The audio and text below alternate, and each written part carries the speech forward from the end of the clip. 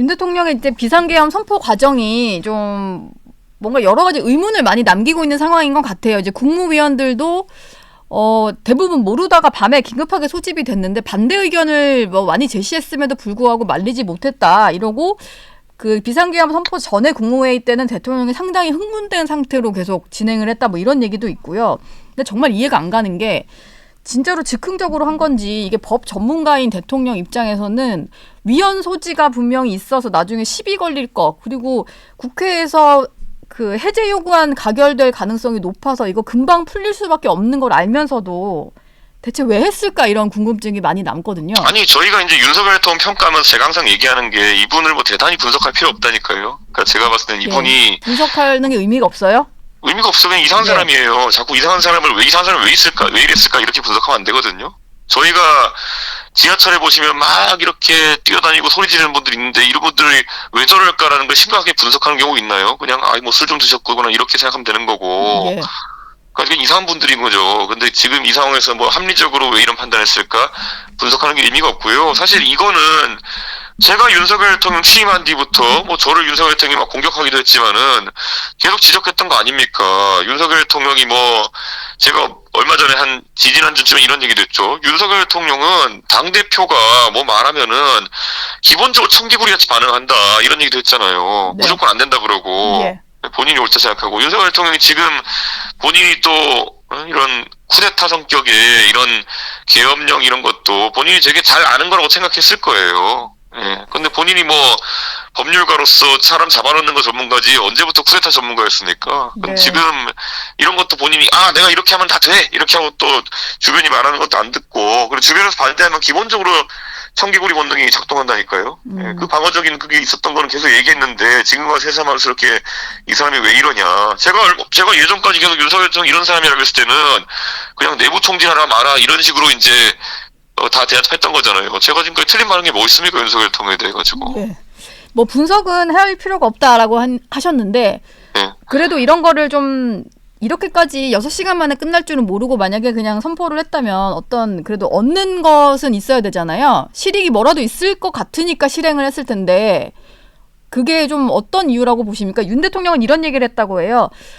지금 민주당이 계속해서 탄핵 폭거를 하기 때문에 그걸 막기 위해서 내가 비상계엄령을 선포했다. 뭐 요런 취지인데요.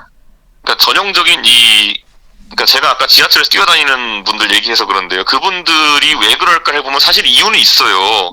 예. 예. 그분들이 막 이렇게 막 소리 지르고 뛰어다니는 거는 보통 이런 목적이죠. 뭐 정말 포교를 하셔야 되는데 포교를 정말 열심히 하신다는 본인의 망상 하에서 그렇게 하는데 실제로는 그렇게 하면 역효과가 나는데 자기는 포교 열심히 하고 있다 믿는 거예요. 네. 아니면 뭐 종북좌파 척결을 떠들면서 젊은 사람한테 유인물 나눠주고 이러신 분들은 정말 내일 종북좌파 때문에 대한민국이 망할지도 모른다는 생각을 절박함에 하시는 걸 수도 있어요. 주변에서 보면 좀 웃겨서 그렇지. 네. 근데 윤석열 대통령도 마찬가지예요, 지금. 그러니까 그 근거 자체가 지금 보면은 뭐 국회가 나를 죽이려고 하니까 내가 하는 거다 이런 변명을 이거 자체가 망상인 거거든요. 대표님께서 근데 제가 이거 지적 안 했습니까? 옛날에 보면은 옛날에 제가 윤석열 대통령 그래도 은유적으로 이렇게 지적할 때 보면은 얘기했잖아요. 돈키호테는 뭐다? 돈키호테는 평화롭게 돌고 있는 풍차가 거인이라고 생각하고 그 거인이 나를 죽이려고 한다. 그러니까 풍차한테 막 이렇게 말 타고 돌격하고 이렇게 하는 거다. 동키호테다. 뭐 그다음 벌거숭이 임금님이다. 엄석대다. 제가 다 했잖아요. 근데 그때 결국에는 다들 그냥 아무리 이런 증언을 해도 그냥 보수 진영 전반에서는 결국 그런 것들을 묵살해 왔기 때문에 이 사태까지 온 겁니다. 네. 지금 뭐 익명의 어떤 당내 의원들 얘기 들어보면 대통령이 지금 상황 인식이나 상황 판단이 제대로 되는 상황이 아닌 것 같다라는 얘기가 좀 나오더라고요. 아니 그 사람들도 부역자니까 그 사람들 뭐 대단한 얘기할 필요 없어요. 옛날에 제가 돈키호테다, 엄석대다, 벌거숭이 임금이다 할 때 그때 뭐라고 했나요? 그 사람들이 이준석 내부 총질하지 말라 그랬잖아요. 예. 저는 엄석대고 돈키호테고 벌거숭이 임금님이라고 주구장창 얘기했었어요. 벌써 2년 전부터. 예, 그러니까 저는 지금이라도 그러면 제가 지금 하는 얘기에 대해 가지고 진지하게 좀 받아들였으면 좋겠는 게요. 네. 지금 그 윤석열 대통령이 지금 심리 상태를 보면요. 지금 이게 그 계엄령으로 이렇게 돌출됐잖아요. 예. 계엄령보다 더 극단적인 걸 할 거라는 그런 생각을 안 하나요? 윤석열 대통령이, 제가 냉정하게 윤석열 대통령 혹시 잘 아는 얼마나 깊은 대화들을 의원들이 나눴는지는 모르겠지만은, 저는 대화하면서 느낀 게 뭐냐면, 이분은 무력 도발이나 이런 것도 굉장히 가볍게 여기는 분이에요. 아, 어제 이재명 대표가 그런 얘기를 하긴 했는데 국회 앞에 네. 비상시국 대회를 하면서 네. 실제 북한과의 어떤 무력 충돌을 일으켜서 또 이 국면을 돌파하려 할 수도 있다 이렇게 보세요? 이재명 대표가 얼마나 윤석열 대통령과 그런 거에서 대화 나눠봤겠습니까? 네. 그런데 저는 제가 느끼는 게 뭐냐면은, 이분은 예를 들어 그 엑스포 같은 것도 굉장히 가볍게 생각하고 달려들어가지고 부산 엑스포 때문에 국민들한테 잘못된 정보로 실망을 안겨준 적도 있잖아요. 네. 그런 것처럼 저는 이런 외교나 아니면 안보적인 측면에서도 굉장히 위험하게 접근할 가능성이 있고, 오늘 보십시오. 어제 밤사이에 미국 국무부에서 윤석열 대통령을 거의 공개적으로 비난하고 나섰습니다. 네.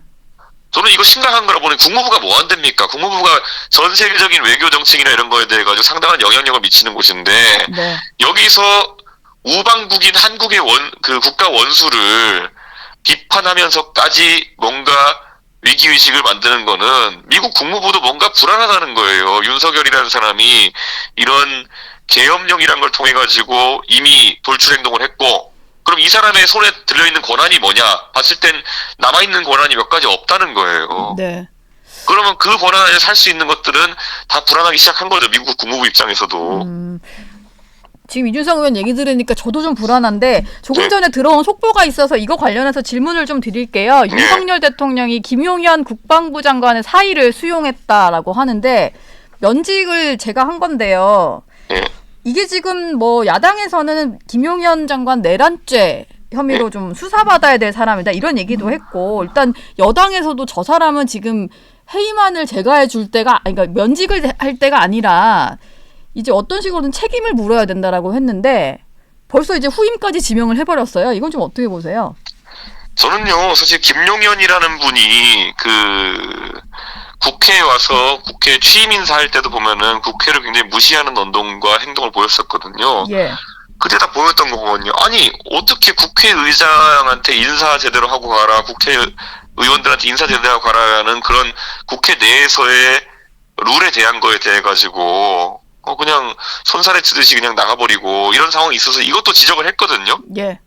그리고 사실 지금 와보면은 국회에 와서 위증에 가까운 얘기를 한 거 아닙니까? 쿠데타설이 처음에 나왔을 때, 아니 요즘 그런 걸 어떻게 합니까라 그러면서 저한테도 안 한다는 식으로 얘기했는데, 그래놓고 지금 본인이 이걸 막 건의했다 그러면은 이거야말로 진짜 문제 삼아야 될 상황 아닙니까? 저는 그렇죠. 네. 심각하게 받았으면 좋겠고, 저는 보수 진영 전반에서 지금 보면은 윤석열 대통령이 하야하거나 탄핵하면은 이재명 대통령 만드는 거기 때문에 이거에 대해서 찬성하면 안 된다라고 하는 사람들이 있는데요.